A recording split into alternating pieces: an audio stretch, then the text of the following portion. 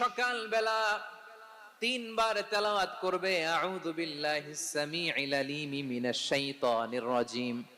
এরপরে সূরা হাশরের শেষ তিনটি আয়াত তেলাওয়াত করবে।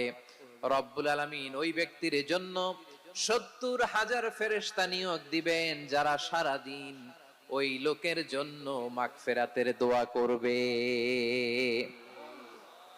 শুধু এখানেই শেষ নয়, বিশ্বনবী ফরমান ওয়া ইন মাতা ফি যালিকাল ইয়াউমি মাতা শাহীদান, ওই দিন যদি ওই ব্যক্তিটা ইন্তেকাল করে সে শহীদ হয়ে কিয়ামতের দিন আল্লাহর সামনে দাঁড়াবে।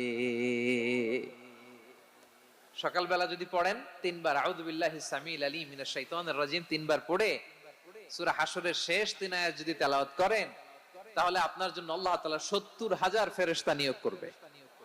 সারা দিন তারা আপনার জন্য মাগফিরাতের দোয়া করবে। আর ওই দিন